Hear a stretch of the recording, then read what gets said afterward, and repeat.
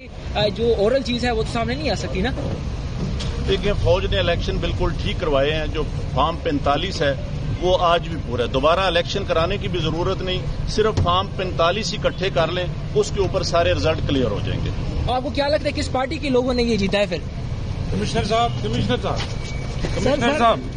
یہ بتائیے گا جو آر او نے ریزلٹس روکے تھے، کیا اس میں بے ضابطگیاں ہوئی ہے؟ کیا کہیں گے آپ؟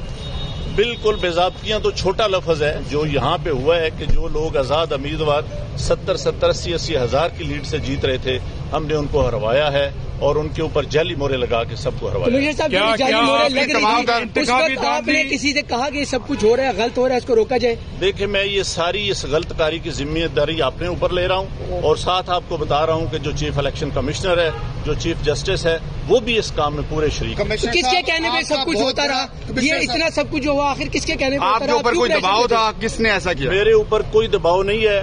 میرے باپ دادا بھی انگریزوں کے خلاف اور سکھوں کے خلاف جنگیں کرتے رہے ہیں، لڑتے رہے ہیں یہ ملک بنانے کے لیے.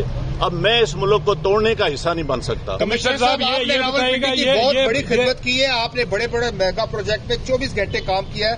یہ بتائیے گا کہ آپ کو کمشنر چیف الیکشن کمیشن دباؤ میں لا رہا تھا کہ یہ کریں سارے کام، لوگ جیتوں کو آپ نے ہرایا، آپ کو نیند کیسے آتی رہی؟ کس طرح آپ کا ضمیر جاگ گیا؟ دیکھیں، میں نے راولپنڈی کے لیے 16 گھنٹے کام کیا ہے. میں نے یہاں رنگ روڈ بنایا ہے، ددوچا ڈیم بنایا ہے، ہولی فیملی ہاسپٹل بنایا ہے، جم خانہ بنایا ہے.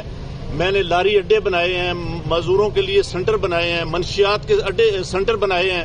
سب کچھ میں اپنے ملک کی بہتری کے لیے کرتا رہوں، لیکن آخر پہ میں نے جو اس ملک کے پیٹ میں چھرا گھونپا ہے، مجھے وہ سونے نہیں دیتا. جو میں نے ظلم کیا ہے، مجھے اس کی سزا ملنی چاہیے اور باقی بھی اس ظلم میں جو لوگ شامل ہیں ان کو بھی. ان کے نام بتائیں گے جو لوگ آپ کے ساتھ یہاں پر تھے، سینئر افسران جو بھی تھے.